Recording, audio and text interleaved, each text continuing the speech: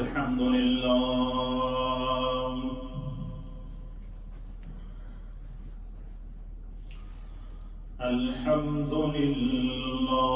نحمده ونستعينه ونستغفره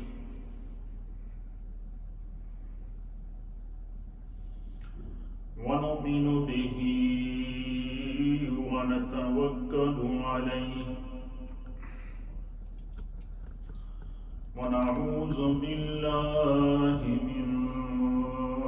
شرور أنفسنا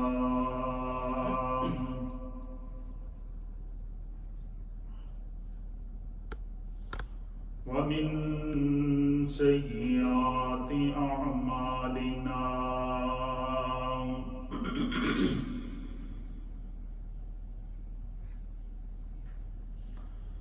من يهده الله فلا مضل له ومن يضلله فلا هادي له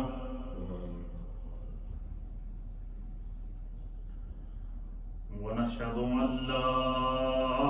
إله إلا الله ونشهد أن سيدنا وسندنا ونبينا ومولانا محمدا عبده ورسوله أما بعد فأعوذ بالله من الشيطان الرجيم بسم الله الرحمن الرحيم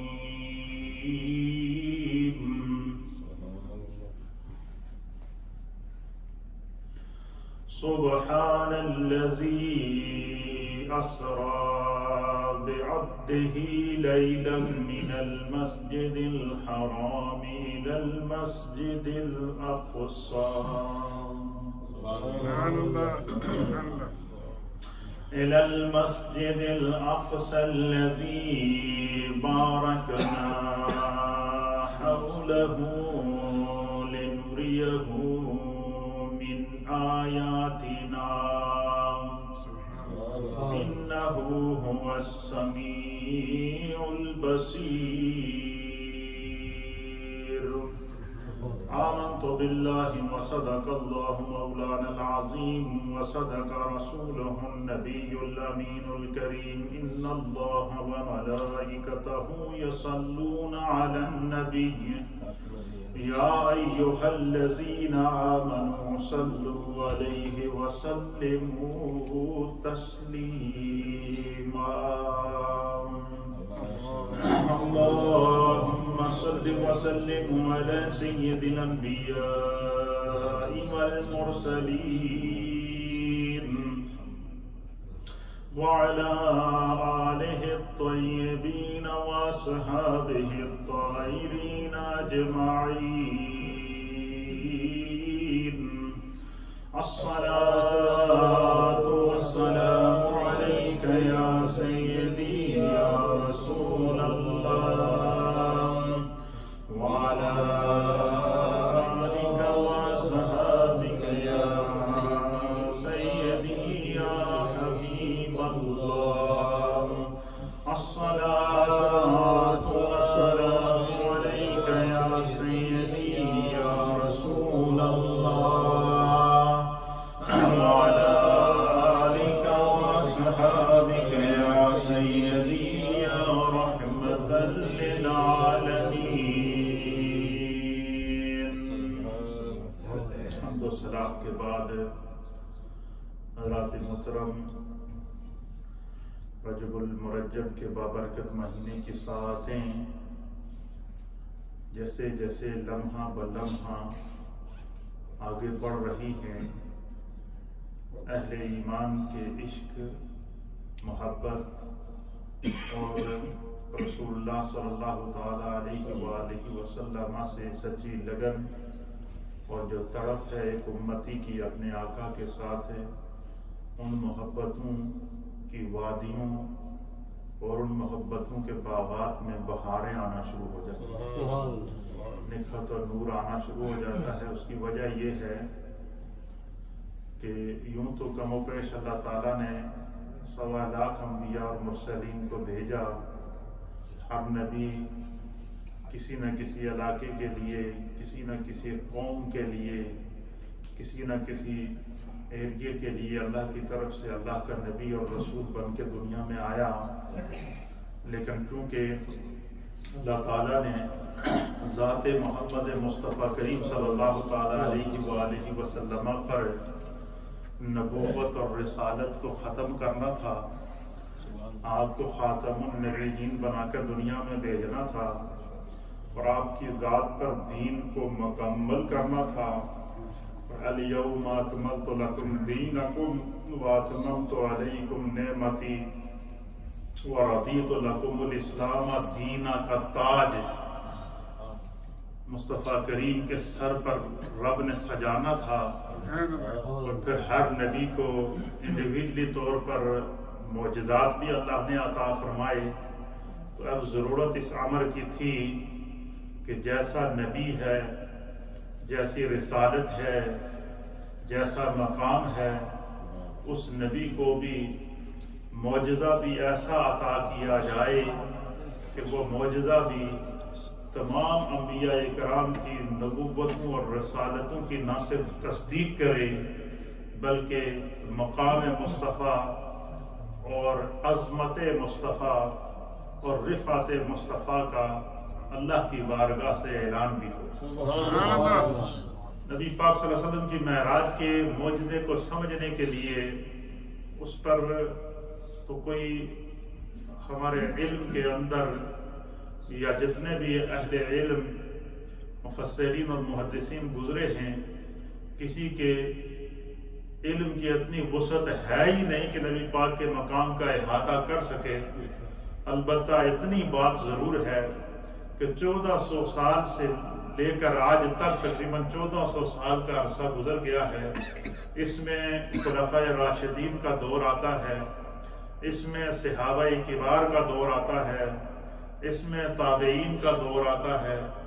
ائمہ مجتہدین کا دور آتا ہے، اولیاء کاملین کا دور آتا ہے، اور 1400 سال سے جو ہے وہ نبی پاک کی امت کے بڑے بڑے فقہا، ائمہ دین متین اور علماء عاملین گزرے ہیں، جن کی ساری زندگی علم کے خیرات کو بانٹتے ہوئے گزری ہے۔ ہر ایک نے کوشش کی ہے کہ نبی پاک کے معجزہ معراج کا کسی نہ کسی اینگل سے جو ہے اس کو بیان کیا جائے۔ جس نے بھی جس انداز سے بیان کیا، 1400 سال سے جس نے بھی میرے مصطفیٰ کے معراج کے واقعے کو سنا ہے، اس کے ذہن کے اندر، اس کے ایمان کے اندر تازگی اور پختگی آئی ہے، اور قیامت تک یہ سلسلہ رہے گا۔ اس کی وجہ یہ ہے کہ واقعہ معراج ہے، معجزہ معراج یہ نبی پاک صلی اللہ علیہ وسلم کا وہ عروج ہے کہ جس کے اوپر کائنات چاہے قیامت تک آنے والا زمانہ ہو۔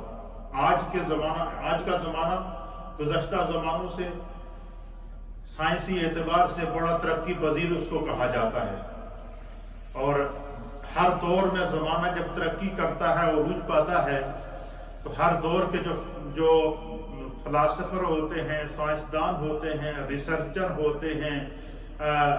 ہسٹوریکل جو ہے وہ ہسٹری لکھنے والے جو ہے وہ مؤرخین ہوتے ہیں، ہر دور میں اس دور کے اندر جو نئی دریافتیں ہوتی ہیں، نئے عروج ہوتے ہیں، انسانیت کو عروج ملتا ہے، اس ترقی کو بیان کر کے کہتے ہیں یہ اس زمانے کا عروج ہے۔ اس کی وجہ میں آپ کو بتاؤں کہ دیکھیں، ایک دور یہ تھا کہ انسان پیدل سفر کرتا تھا، پھر ایک دور آیا کہ اس نے جانوروں پر سفر کرنا شروع کر دیا، پھر ایک دور آیا کہ اس نے بیل گاڑیوں پر سفر کرنا شروع کیا، پھر ایک دور ایسا آیا کہ پھر انسان نے جو ہے وہ گاڑی دریافت کی کہ کار کے ذریعے وہ سفر کرتا ہے، بسوں کے ذریعے سفر کرتا ہے۔ یہ زمانے کا بڑا عروج تھا۔ پھر زمانے نے اور ترقی کی تو انسان نے جو ہواؤں کا سفر شروع کر دیا، جہازوں کے ذریعے سفر کرنا شروع کر دیا۔ پھر زمانے نے اور ترقی کی تو جہازوں سے بھی اوپر سیاروں کے ذریعے سفر کرنا شروع کر دیا۔ پھر انسان نے اور ترقی کی تو وہ سیاروں سے بھی اب آگے بڑھنے کا سوچ رہا ہے، تو یہ زمانہ قیامت تک ترقی کرتا رہے گا، لیکن زمانہ جتنی بھی ترقی کرے گا، زمانہ جتنا بھی عروج پائے گا، وہ عروج کی انتہا تک پہنچ جائے گی سائنس، عروج کی انتہا تک پہنچ جائے گی انسان کے ذہن کا ارتقاء، عروج کی انتہا تک پہنچ جائے گا انسان کی ذہن کی فکر، خیال، تصور اور تخیل، لیکن جتنا اس کی انتہا ہوگی وہ نبی پاک کے قدم معراج سے نیچے نیچے ہوگی، اس سے آگے نہیں بڑھ سکتی ہے۔ کیوں کہ اللہ تعالیٰ نے نبی پاک صلی اللہ علیہ وسلم کو اس کائنات کے لیے کیسے بھیجا کہ خود فرمایا کہ قل، اے میرے محبوب آپ اپنے ان امتیوں کو فرما دیجئے،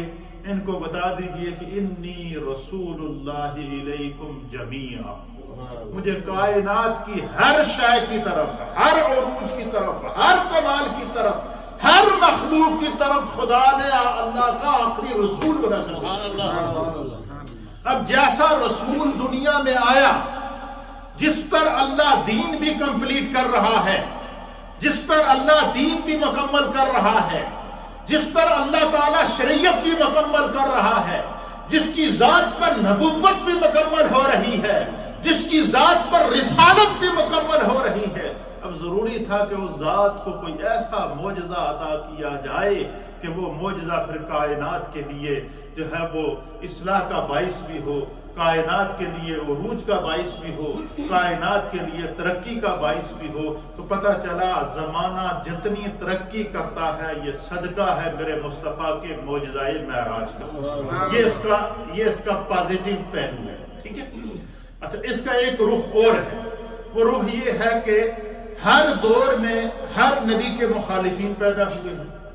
ہر دور میں ہر نبی سے حسد کرنے والے پیدا ہوئے ہیں، اور سب سے زیادہ مخالفین اللہ تعالیٰ نے اس دنیا کے اندر جو آئے ہیں وہ جو ہے وہ نبی پاک صلی اللہ علیہ وسلم کی مخالفت کرنے والے پیدا ہوئے۔ آپ کو طرح طرح کی اذیتیں پہنچائی گئی، دکھ پہنچایا گیا، اور ہر دور میں مخالفین بھی موجود رہے، نبی کی ذات پر اعتراضات کرنے والے بھی موجود رہے۔ اب اللہ تعالیٰ نے معجزہ معراج کے ذریعے اس کے اندر وہ کمالات دکھائے، عظمت مصطفیٰ کے، رفعت مصطفیٰ کے، کمال مصطفیٰ کے۔ معراج کے ذریعے رب نے وہ کمالات دکھائے کہ کوئی کسی بھی اینگل سے میرے مصطفیٰ کی ذات پر اگر اعتراض کرے گا یا حرف تان کسنے کی کوشش کرے گا یا تان و تشنیع کے ذریعے میرے مصطفیٰ کی طرف انگلی اٹھائے گا تو اس کے ساتھ بحث کرنے کی ضرورت ہی نہیں ہے، اس کے سامنے میرے مصطفیٰ کا معجزہ معراج رکھ دو، اس کے اعتراض کا جواب اس کو اسی میں مل جائے گا، کسی بھی اینگل سے، چاہے کسی کافر نے اعتراض کیا ہو، کسی منافق نے اعتراض کیا ہو ذات مصطفیٰ پر، کسی بد مذہب نے ذات مصطفیٰ پر اعتراض کیا ہو، کسی بد عقیدہ نے ذات مصطفیٰ پر اعتراض کیا ہو، آپ نبی پاک صلی اللہ تعالیٰ علیہ وسلم کا معجزہ معراج اس کے سامنے رکھ دیں گے، اس کے اعتراض کا جواب اس کو وہی مل جائے گا۔ نبی پاک صلی اللہ تعالیٰ علیہ وآلہ وسلم کی ذات پر اعتراض کیا گیا، نعوذ باللہ من ذالک کہ حضور علیہ السلام کو دیوار کے پیچھے کا علم نہیں ہے، یہ اعتراض کیا گیا۔ اللہ تعالیٰ ہمیں بد عقیدگی سے محفوظ رکھے۔ اب معجزہ معراج کے اندر کیا ہوتا ہے؟ حضور فرماتے ہیں کہ مررت علی قبر موسیٰ، سرکار فرماتے ہیں کہ میں معجزہ معراج کے دوران موسیٰ علیہ السلام کی قبر کے اوپر سے گزرا، تو جبریل نے کہا، حضور فرماتے ہیں کہ میں نے دیکھا موسیٰ علیہ السلام کو کہ کان فی قبرہ یصلی فی قبرہ قائما، فرماتے ہیں کہ میں نے دیکھا کہ موسیٰ علیہ السلام اپنی قبر میں کھڑے ہو کر نماز پڑھ رہے تھے، اور اعلیٰ حضرت امام اہل سنت نے اس کا ترجمہ یہ کیا، وہ تو استقبال مصطفیٰ کا موقع تھا، نماز پڑھنے کا موقع تھا ہی نہیں۔ آپ نے فرمایا کہ اللہ تعالیٰ فرماتا ہے کہ ان اللہ و ملائکتہ یصلون علی النبی، کہ اللہ اور اس کے فرشتے نبی پاک صلی اللہ علیہ وسلم پر درود بھیجتے ہیں۔ تو آپ فرماتے ہیں کہ میں اس کا ترجمہ یہ کرتا ہوں، امام اہل سنت فرماتے ہیں کہ نبی پاک فرماتے ہیں کہ جب میں موسیٰ علیہ السلام کی قبر سے گزرا تو میں نے کیا دیکھا کہ موسیٰ علیہ السلام اپنی قبر میں کھڑے ہو کر مجھ پر درود و سلام پڑھ رہے۔ یصلی کا معنی درود پڑھنا بھی ہے۔ آپ فرماتے ہیں کہ اب یہ بتانے کا مقصد کیا ہے؟ یہ تو ایک الگ نقطہ اس پر بات کی جائے تو بتانے کا مقصد یہ کہ حضور علیہ السلام زمین کے اوپر جا رہے ہیں، زمین کے اندر کا مشاہدہ کر رہے ہیں، اور اس باطل عقیدے کا معراج رد کر رہی ہے جو یہ کہہ رہے ہیں کہ نبی کو دیوار کے پیچھے کا علم نہیں ہے۔ پھر اسی طریقے سے جو ہے وہ اللہ کے پیارے حبیب نبی رحمت صلی اللہ علیہ وسلم کے معجزہ معراج کے اندر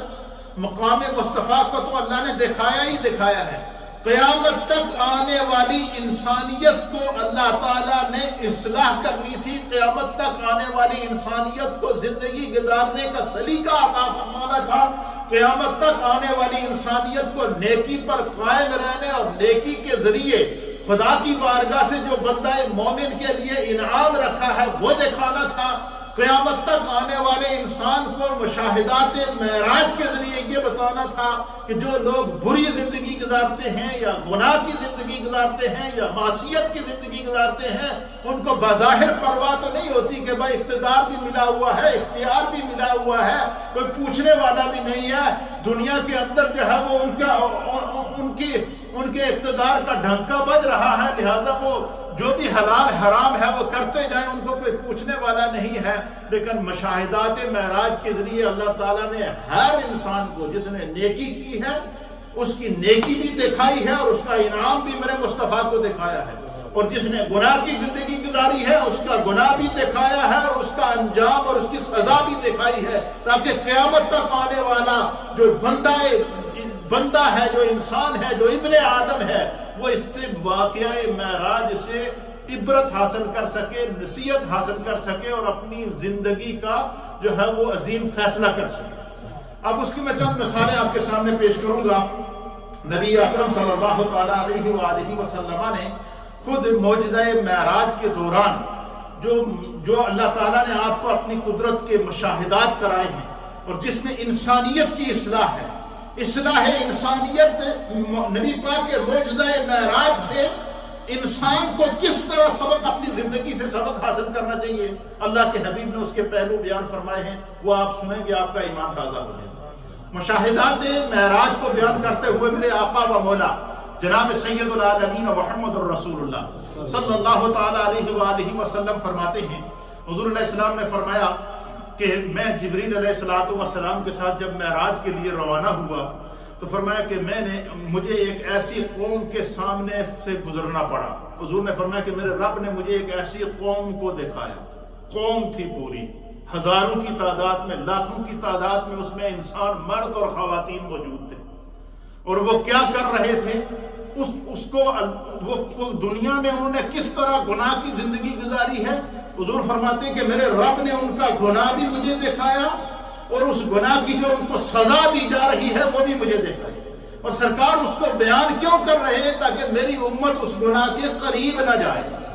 اس لیے جب بھی معجزہ معراج کو سنیں تو اس کو پازیٹیو وے کے اندر سنیں، اس کو اس اینگل سے سنیں کہ اس میں انسانیت کی کیا رہنمائی ہے۔ مقام مصطفیٰ تو ہے ہی ہے، اور یہ وہ مقام مصطفیٰ ہے معراج کے اندر جو خود رب بیان فرما رہا ہے۔ حضور فرماتے ہیں کہ میرا گزر ایسی قوم پر ہوا، ان کے سامنے ایک طرف ہنڈیا میں تر و تازہ، پاکیزہ اور بھنا ہوا گوشت تھا۔ ایک ایسی قوم کے سامنے گزرا کہ ان کے سامنے ایک ہنڈیا کے اندر تر و تازہ، پاکیزہ اور بھنا ہوا گوشت تھا، اور دوسری طرف ایک طرف جو ہے وہ تر و تازہ، پاکیزہ، بھنا ہوا خوشبودار گوشت تھا، دسترخوان پر سجا ہوا تھا، اور دوسری طرف اسی دسترخوان پر دوسری طرف خبیث، بدبودار، سڑا ہوا گوشت تھا، اور جس سے بدبو آ رہی تھی، اور جس کی بدبو کا یہ عالم تھا کہ اس کو برداشت کرنا مشکل تھا۔ فرمایا کہ اس دسترخوان پر کچھ بیٹھے ہوئے لوگ ایسے بھی میں نے دیکھے ہیں، سرکار فرماتے ہیں کہ میں نے دیکھا کہ وہ پاکیزہ، بھنا ہوا، خوشبودار گوشت چھوڑ کر سڑا ہوا، بدبودار اور خبیث جو ہے وہ جو گوشت تھا، اور ایسا اس ہنڈیا کے اندر بدبو آ رہی تھی کہ اس بدبو سے قریب سے گزرنا مشکل تھا، وہ پاکیزہ اور بھنا ہوا گوشت چھوڑ کر سڑا ہوا بدبودار گوشت کھا رہے تھے۔ کیا کر رہے تھے؟ کھا رہے تھے، دسترخوان موجود ہے، اس کے اوپر پاکیزہ گوشت بھی موجود ہے، بھنا ہوا گوشت بھی موجود ہے، طرح طرح کی انواع اور اقسام کی نعمتیں بھی اللہ کی موجود ہیں، اور وہ بندے وہاں موجود ہیں، اس کے باوجود اسی دسترخوان کی دوسری طرف سڑا ہوا گوشت موجود ہے، بدبودار گوشت موجود ہے، اور وہ ہر وہ خبیث چیز کو جس کو دیکھ کر طبیعت کو گھن آتی ہے وہ چیزیں اس کے اوپر موجود تھیں۔ فرمایا کہ میں نے دیکھا کہ وہ لوگ وہ پاکیزہ اور خوشبودار گوشت چھوڑ کر وہ بدبودار اور خبیث اور سڑا ہوا گوشت اس کو کھا رہے تھے۔ کیا کر رہے تھے؟ اس کو کھا رہے تھے۔ نبی پاک فرماتے ہیں کہ میں نے جبریل سے پوچھا کہ جبریل یہ کون بدقسمت لوگ ہیں کہ جن کے سامنے اللہ کی ساری نعمتیں موجود ہیں، اور اس کے باوجود اللہ کی ساری نعمتیں ہونے کے باوجود ان کا ہاتھ اس طرف نہیں جا رہا، اور یہ بدبودار اور سڑا ہوا گوشت اور سڑی ہوئی اور بدبودار چیزیں کھا رہے ہیں، اور ان کے جسموں سے بھی ان کی بدبو آ رہی ہے، یہ کون لوگ ہیں؟ اللہ کے حبیب علیہ الصلوۃ والسلام فرماتے ہیں کہ مجھے جبریل نے بتایا کہ یا رسول اللہ، یا حبیب اللہ، یہ آپ کی امت کے وہ بدقسمت لوگ ہیں کہ جنہیں اللہ تعالیٰ نے رشتہ نکاح کے ذریعے، شادی کے ذریعے پاکیزہ اور حلال عورتیں عطا فرمائی تھی، بیویاں عطا فرمائی تھی، ان کے پاس انہوں نے شادی کی ہے، شادی کے ذریعے ان کا نکاح ہوا ہے، نکاح کے ذریعے اللہ نے ان کو پاکیزہ اور طیب اور طاہر بیویاں عطا فرمائی ہیں، اور وہ اپنی ان عورتوں کو چھوڑ کر بغیر نکاح کے دوسری عورتوں کے ساتھ زنا کرتے تھے، دوسری عورتوں کے ساتھ جو ہے وہ ان کا جو ہے وہ ملاپ رہتا تھا، دوسری عورتوں کے ساتھ وہ ملتے تھے، اور گھر میں بیوی موجود تھی، اس کے باوجود وہ دوسری جگہ جا کر منہ مارتے تھے۔ گھر میں جو ہے وہ اللہ تعالیٰ نے ان کے حلال سارے اسباب مقدر فرمائے تھے، اس کے باوجود جو ہے آپ مجھے بتائیں کہ کیا آج ہمارے معاشرے میں یہ بدبودار بیماری پائی جاتی ہے یا کہ نہیں پائی جاتی؟ کیا ہمارے معاشرے کے اندر یہ رذیل بیماریاں پائی جاتی ہیں یا کہ نہیں پائی جاتی؟ اور اللہ کے حبیب علیہ الصلوۃ والسلام فرماتے ہیں کہ پھر سرکار دو عالم صلی اللہ تعالی علیہ وسلم نے نکاح کے ذریعے اور رشتہ ازدواج سے منسلک ہونے کی اہمیت کو بیان کرتے ہوئے سرکار دو عالم صلی اللہ علیہ وسلم نے فرمایا، حضور علیہ الصلوۃ والسلام نے فرمایا کہ نیک بیوی، سرکار دو عالم صلی اللہ علیہ وسلم نے فرمایا کہ حضرت عمر رضی اللہ تعالیٰ عنہ سے فرمایا کہ میں تمہیں سب سے بہترین نعمت کے بارے میں نہ بتاؤں جسے کوئی انسان حاصل کر لے تو اللہ تعالیٰ اسے دنیا اور آخرت کی ساری خیر عطا فرما دیتا ہے۔ سرکار دو عالم صلی اللہ علیہ وسلم نے حضرت فاروق اعظم کو مخاطب کر کے فرمایا کہ اے میرے عمر، کیا میں تمہیں ایسی چیز نہ بتاؤں، ایسی جو ہے بہترین نعمت اللہ کی نہ بتاؤں کہ جو انسان کو نصیب ہو جائے تو اسے سمجھ لے اس پر خدا کا کرم ہو گیا؟ فرمایا، حضرت فاروق اعظم فرماتے ہیں کہ میں نے عرض کیا یا رسول اللہ ضرور بتائیے۔ اللہ کے حبیب علیہ الصلوۃ والسلام نے فرمایا کہ خوش قسمت ہے وہ انسان، اس میں دیکھیں مردوں کے لیے بھی اصلاح ہے اور عورت کے لیے بھی اصلاح ہے، یہ حکم صرف مردوں کے لیے نہیں ہے، یہی حکم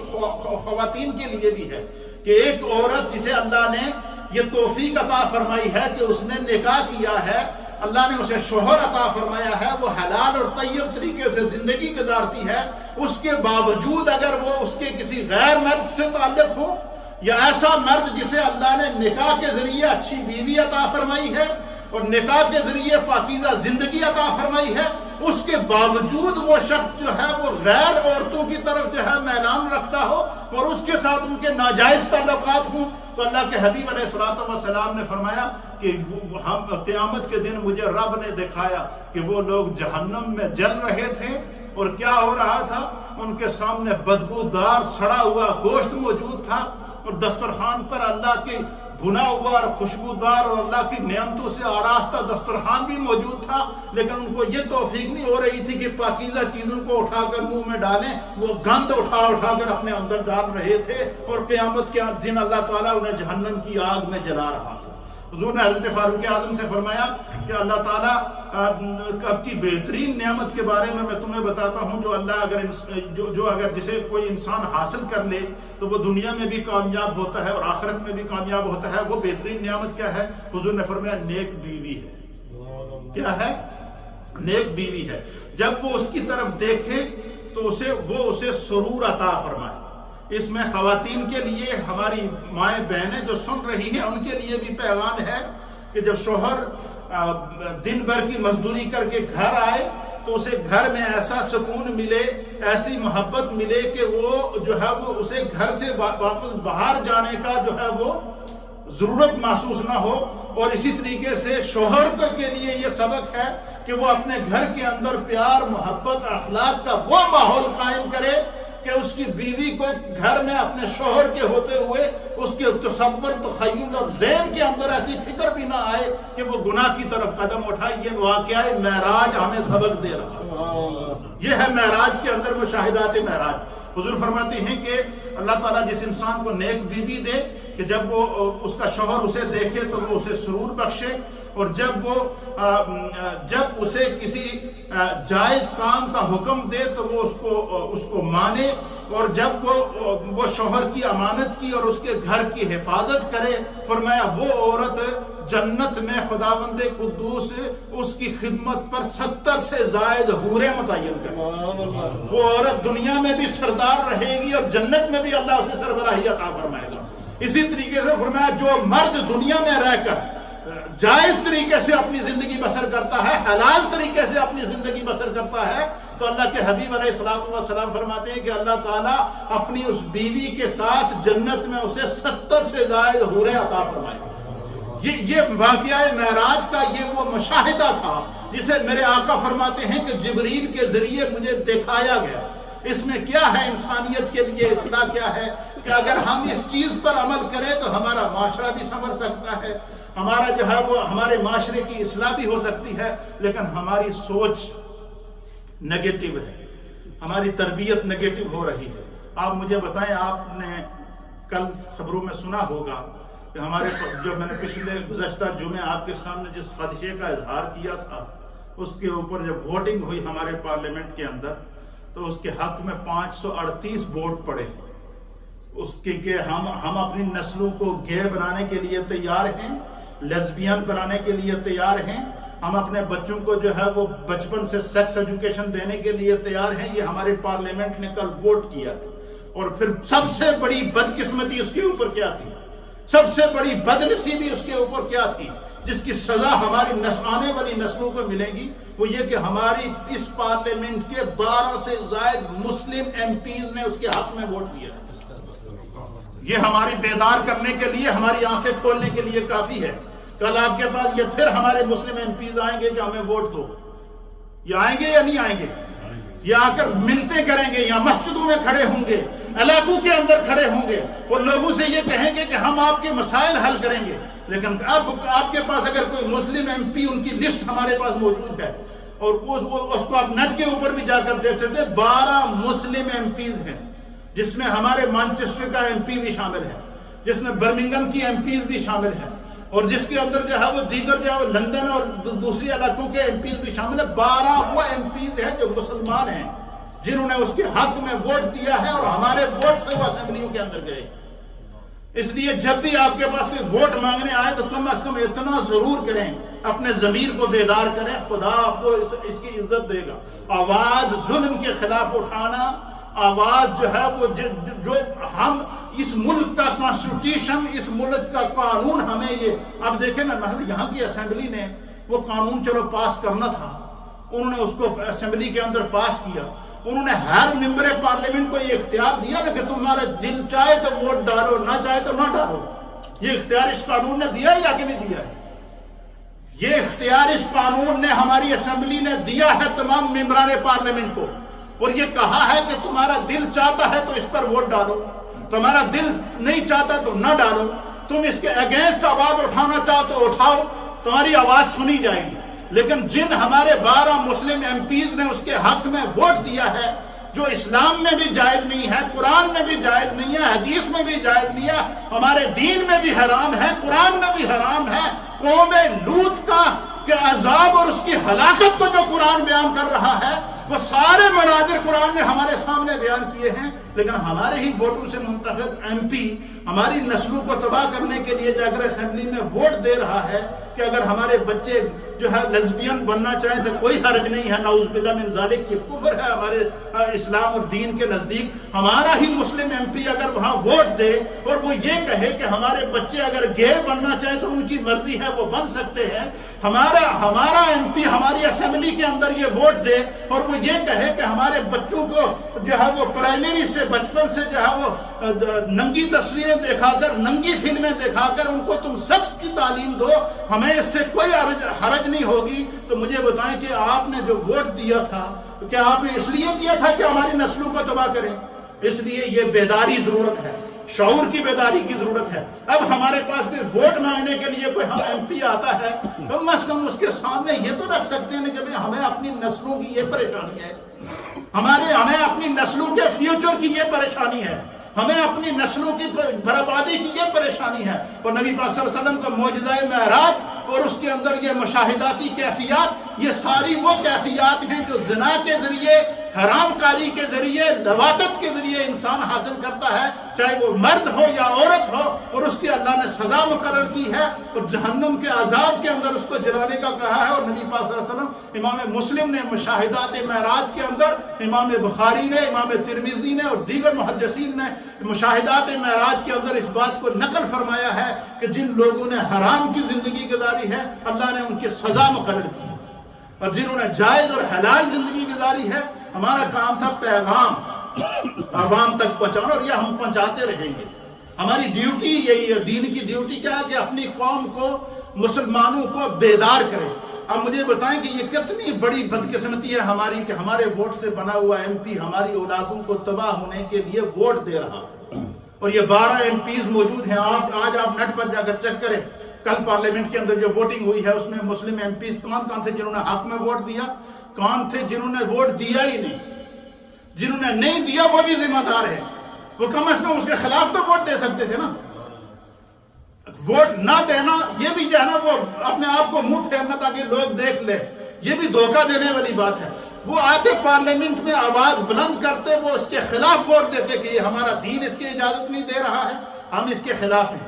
یہ کسی بھی مذہب کے اندر یہ جائز نہیں ہے، یہ بھی آپ کو بتا دوں، کسی بھی مذہب کے اندر یہ جائز نہیں ہے۔ یہ جو آج کے دور کا یہ فتنہ ہے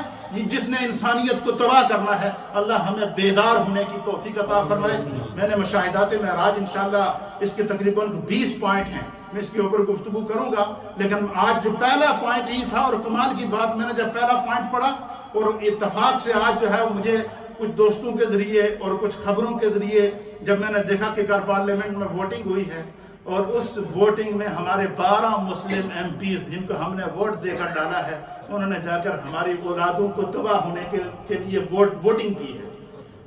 اور اس کے ذمہ دار ہمارے علاقے کے کونسلر حضرات بھی ہیں۔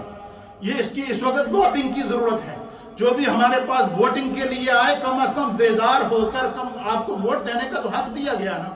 آپ اس کے خلاف ووٹ دے دیتے، کم از کم کل آپ سامنے تو آ کر کھڑے ہوتے نا۔ یہ تو کہہ سکتے تھے کہ بھائی وہاں اکثریت بہت زیادہ تھی لیکن کم از کم ہم نے اپنا کردار ادا کیا، لیکن اس کے حق میں ووٹ کرنا یہ دین کے خلاف ہے، اسلام کے خلاف ہے، یہ کفر کا بھی ایسا عقیدہ نہیں ہے، یہ میں آپ کو بتا دوں۔ یہ جو